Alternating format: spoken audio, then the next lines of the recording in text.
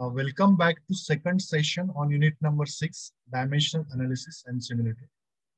This session, we are going to discuss Buckingham Pi theorem.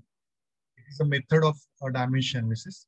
Basically, there are two methods of dimension analysis, Rayleigh's method and Buckingham Pi theorem. So due to certain limitations, Buckingham Pi theorem is universally used method.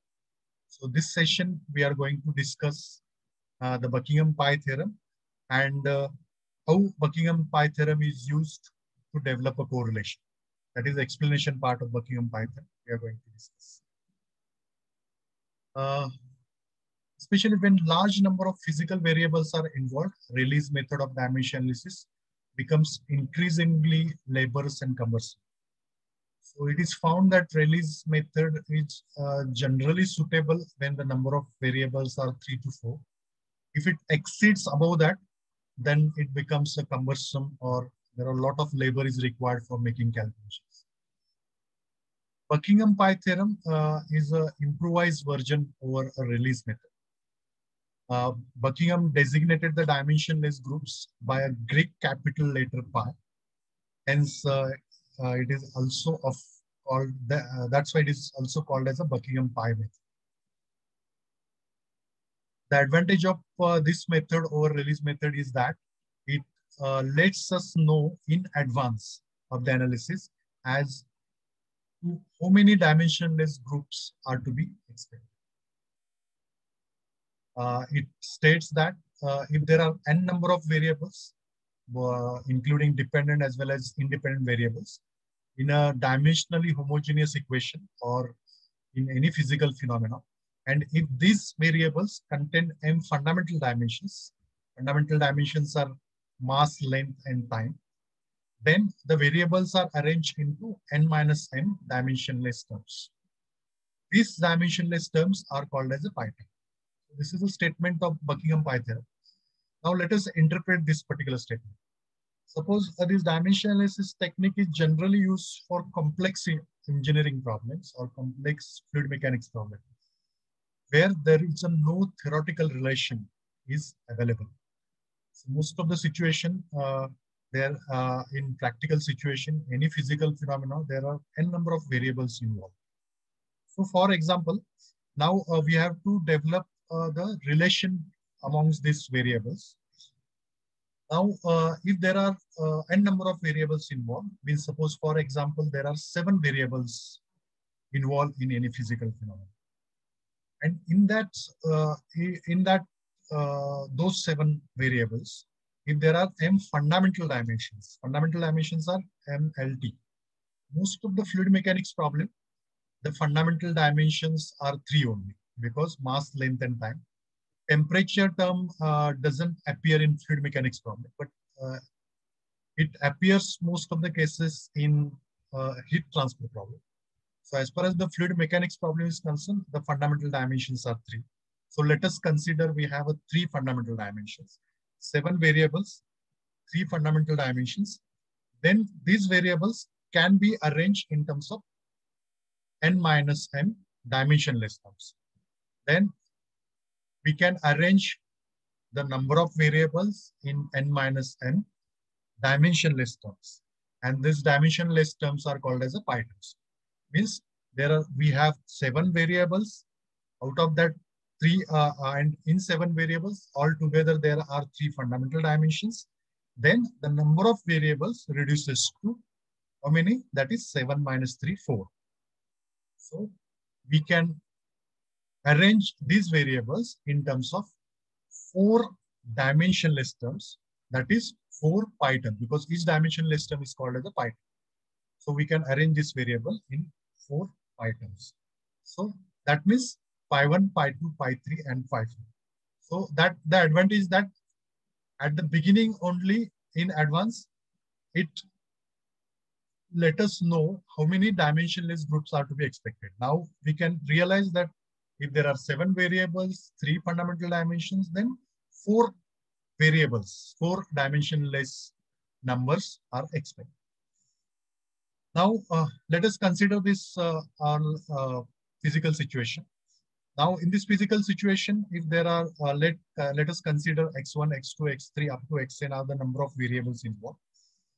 Then mathematically, suppose if any variable x1, it depends on independent variables, x2, x3, x4 up to xn. Means out of that x1 to xn, we consider x1 is a dependent variable. Then the functional equation may be written as x1 is the function of x2, x3, x4 up to xn. So we call this equation number 1. So for example, force is equal to mass into acceleration. This is Newton's second law of motion. In that case, x1 is nothing but force, that is dependent variable, and mass and acceleration, these are the independent variables. So the same expression means f is a function of m comma a. Like that, we write this expression, that is because we don't know whether it is a product or division. So that's why we write in functional form. That means f is a function of mass and acceleration. Similarly, x1 is a function of x2, x3, x4 up to xn. The above equation can be written as, that is by taking all terms on one side and equating to 0. That means f is equal to mass into acceleration. The same expression can be written as f minus ma, that is equal to 0.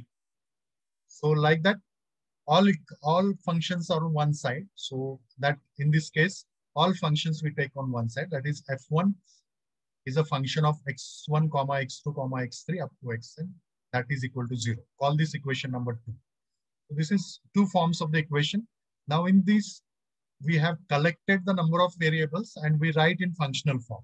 Now here we can count the number of variables, because if n variables, it takes into account dependent as well as independent variables. Now there are n variables, and all together we also count the number of fundamental dimensions involved. So accordingly, if there are m fundamental dimensions, then we can write the expression in terms of n minus. So next step we'll see. Now in equation 2 is a dimensionally homogeneous equation and contains n variables. And if there are m fundamental dimensions, then according to Buckingham pi theorems, it can be written in terms of number of pi terms.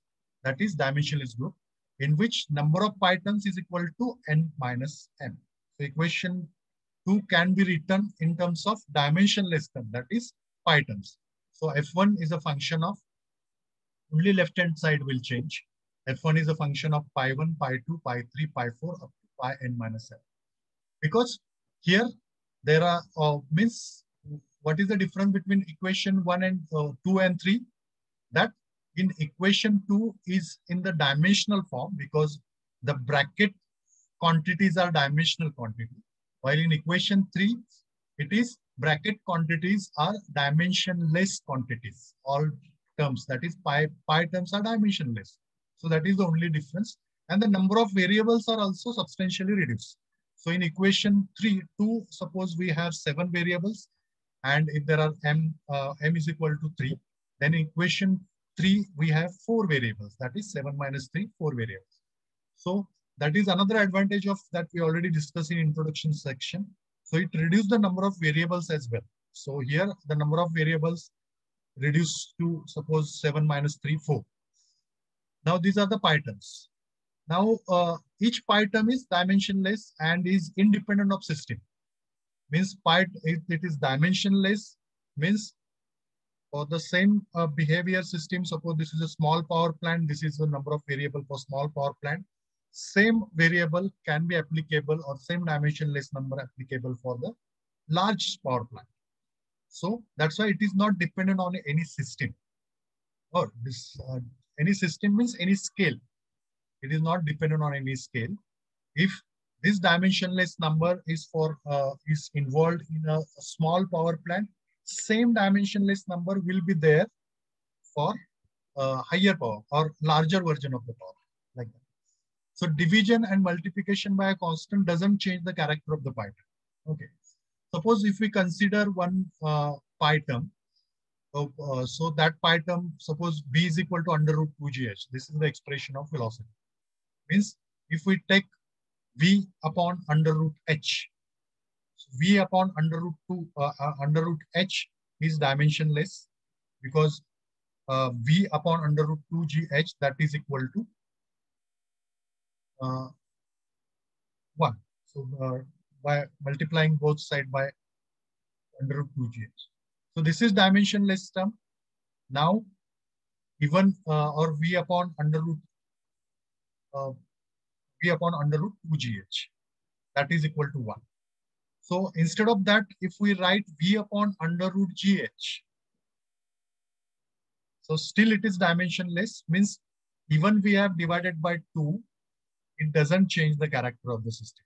So V upon under root 2gh is dimensionless, and V upon under root gh is also dimensionless because 2 has no dimensions. So both are dimensionless. So like that, division and multiplication by any constant doesn't change the character of the pi term. That is, for example, now each pi term, it mainly contains m plus 1 variables, where the m variables which appear repeatedly in each pi terms, they are consequently called as repeating variables. Each pi term contains m plus 1 variables. So m is also called as a repeating variables. And number of repeating variables is equal to the number of fundamental dimensions. So m is also called as fundamental dimensions. M is, so same notation is used, but in pi term, that m is called as a, so this m is called as a repeating variable. But why the same notation is used? Because this number is equal to number of fundamental dimensions. Means if there are 3 fundamental dimensions, most of the fluid mechanics problem, there are only 3 fundamental dimensions. Then the number m value, that is repeating variables, are also 3. Let in the above equation, now let us consider there are 3 fundamental dimensions. Then let in the above case, x2, x3, x4 are the repeating variables. Now we consider the repeating variables x2, x3, x4. Now how to select this repeating variable, that we'll see in next slide. That is x2, x3, x4 are the repeating variables. If the fundamental dimensions are 3, that is equal to 3. Then each pi term is written as. Now how many variables in each pi term? That is m is equal to 3. Means each pi term contains 4 variables. Out of that, 3 are repeating variables and 1 is non-repeating variable. Now, how to write these expressions, that we will see. Now, there is particular method of writing these pi term equations. Now, first of all, we'll write, suppose, how many number of pi terms that we write in this particular sequence. So there are n pi terms, that is pi 1, pi 2, pi 3, up to pi n minus m, that we first write. Then we assign the repeating variables to each pi term. That is, we write x2, x3, x4 in each pi term. This is the way you should write the expression of pi terms. In first step, we write, suppose there are 4 pi terms, we write all pi terms, pi 1, pi 2, up to pi 1, pi 2, pi 3, pi 4. Then x2, x3, x4, x2, x3, x4 in each pi term. Now there are n minus m pi terms in this case. So second step, we assign all repeating variables. Repeating variables means these variables repeat in each equation of pi term. Then remaining variables, that is x1, x5, because x2, x3, x4 are already there, and up to xn minus n. So all remaining non-repeating variables, one by one, we can assign in each pi term. Now these repeating variables are available in each pi term, but what is the significance of this repeating variable in particular pi term? In order to understand the significance of this repeating variable in each pi term, we assign the power to each pi term. So only power is assigned to each pi term. Suppose for pi 1, we write the power, that is a1, b1, c1, for pi 2, a2, b2, c2, and up to pi n minus m, that is a n minus m, b n minus m, c n minus m, like that. So like that, we can assign the powers to each pi term. That means, suppose if a particular value, suppose b1 value is 0, that means this x3 is insignificant for pi 1. So it disappears from that particular, because anything raised to 0 is 1. So that particular variable or repeating variable is insignificant for that particular pi term. Means it will not appear in that dimensional equation. That is, it is insignificant. So like that, we can write the expression of pi terms. So we call this equation number 4. So this way we can write the pi terms. So again, I repeat the procedure. So first of all, you assign all pi terms. So write for the all pi terms, one below the others, then equal to assign all the repeating variables, then assign non-repeating variables, then assign the power. Then the all together, if there are 4 dimensionless terms, you will have 4 equations. So depending upon n minus m value, the number of pi terms, the pi term equations are there. That called it equation number 4. Where a1, b1, c1, a2, b2, c2, these are the constants. Now we have to calculate these constants. Now these constants are determined using principle of dimensional homogeneity. That means we can apply dimension because these equations are dimensionally homogeneous. That means we can equate the powers or equate the dimension. So we can write the dimensions of each. So what should be the dimension of pi 1, pi? These are the dimensionless terms. So there is a way of expressing the dimension of dimensionless term, that is m raised to 0, l raised to 0, t raised to 0. And similarly, we can assign the dimensions of m, l, t for each pi term depending upon its unit. And then we can develop 3 equations. That is, for m, equating all powers of m, we get one equation. Equating all powers of l, we get another equation. Equating all powers of t, we get the next equation. The more understanding will be, or the more concept will be more clear when we actually see the numerical. So this way we can calculate the constants because all these constants are determined by considering the dimensional homogeneity. Now, these constant values we can put in equation 4 and the values of pi 1, pi 2, pi 3 are obtained up to pi n minus m. They are obtained. And finally, these values of pi are substituted in equation 3. The final general equation for phenomena may then be obtained by expressing any one of the pi term as a function of others. So generally, the pi 1 term which contain dependent variable, we can take it on left-hand side, and then that pi 1 is a function of other pi terms, or we can take only that variable on one side, that is dependent variable on one side and other variables on other side. That way we can develop a correlation. That means this particular theorem, it obtains the functional relationship amongst the various variables involved in that physical phenomenon. So first of all, what it does, it collect the number of variables and form a dimensionless groups. And then that dimensionless group develop a generalized correlation or generalized equation. So that equation we can rearrange by taking a dependent variable on one side and the independent variable on the other side. This is all about the Buckingham-Pi theorem. This particular theorem will be more clear when we actually take a particular problem for developing a correlation. Now, the big question or the crux of the solving problem, that is the selection of repeating variables. How to select the repeating variables. So as far as the, these are the points you must understand. There are certain guidelines provided. So the following points should be kept in view while selecting a repeating variables, that is m repeating variables. As far as possible, the dependent variable should not be selected as a repeating variable. So in the fluid flow problems, we can easily understand from the physics of the problem which parameter is a dependent variable. That is, a performance parameter is generally a dependent variable. Operating parameters are generally independent variables. We can easily recognize which are dependent variable. So as far as possible, dependent variable should not be selected as a repeating variable.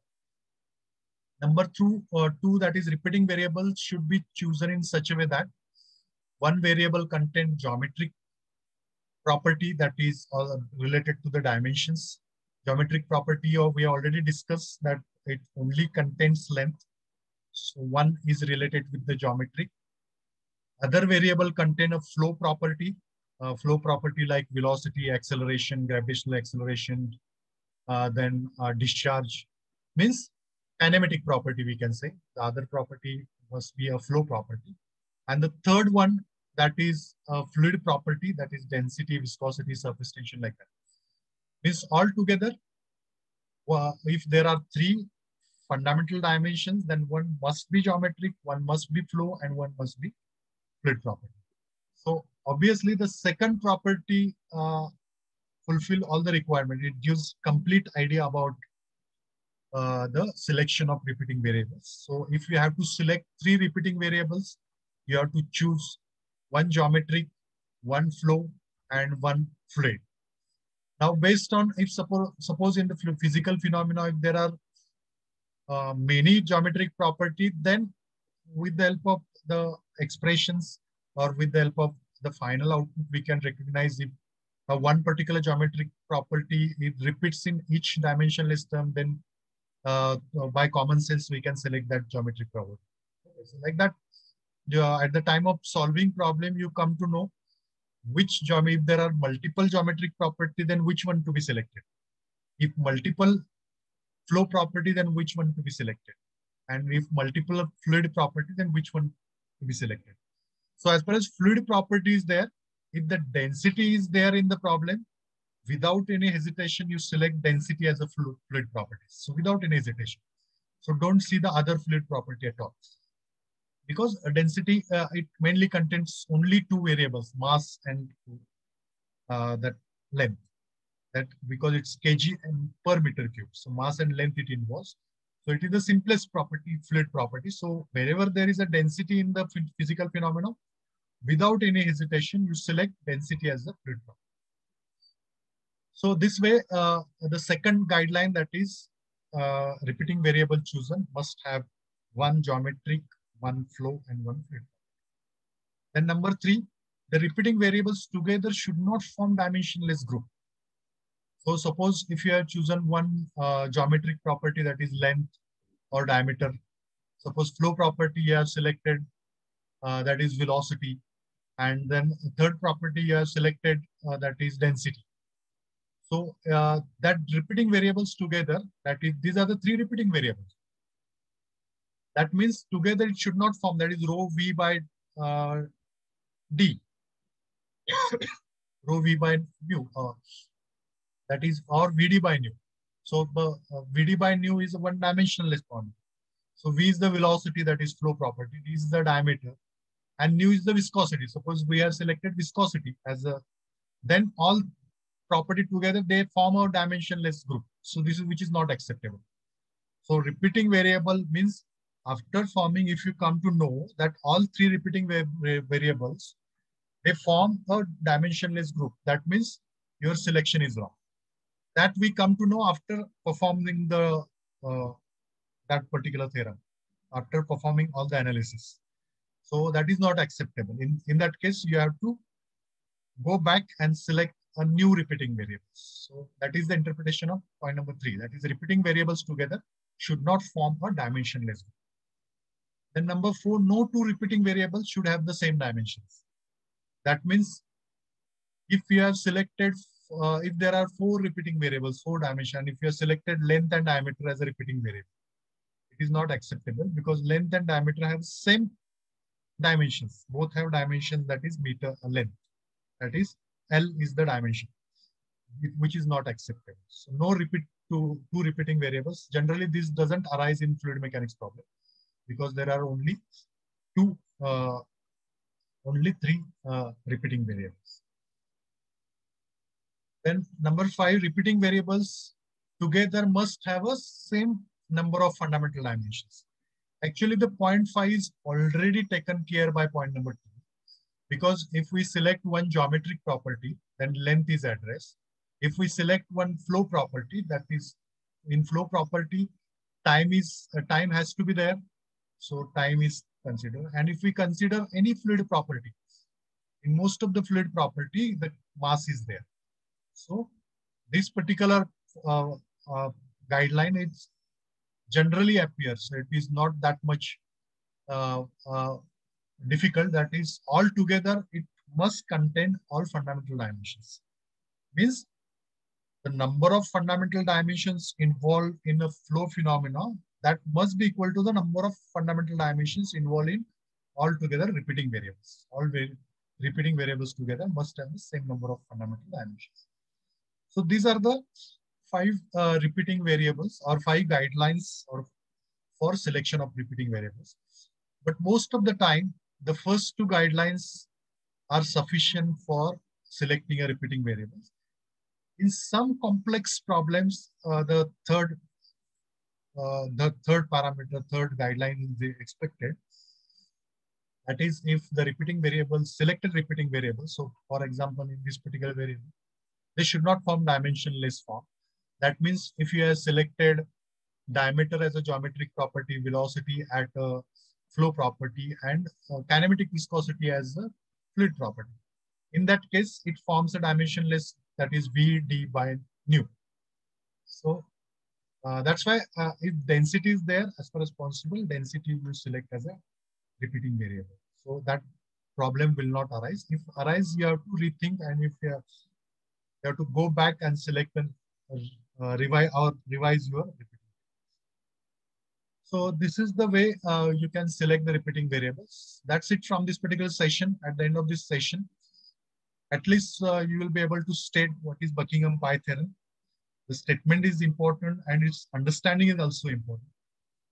You will be able to explain this particular technique by considering the number of variables and arranging these variables in 4 equations. So there are 4 equations associated with this pi term. And then in the 4th equation, that is the equation of pi term, we can calculate the constants using dimensional homogeneity. And then the equation 3 is the text of Fioneer form. So that way you can explain the technique, how Buckingham Pi theorem works. You will be also able to select the repeating variables using the guidelines. 5 guidelines are there. So with the help of these guidelines, you can select a repeating variables because that is the crux of solving problem. Wrong selection will give a wrong results or wrong relation, a functional relation amongst the variables. So that's it from this particular session. This is very, very important session because on the basis of this session, you can solve the numerical part as well as this particular theory is important in the research field as well. While if you perform any experimental work, if there are n number of variables, now to develop a functional relation among the number of variables, this technique is universally used. So this technique is also regarded as a research technique for developing a semi-empirical correlation. That's it. We end this particular session. Thank you.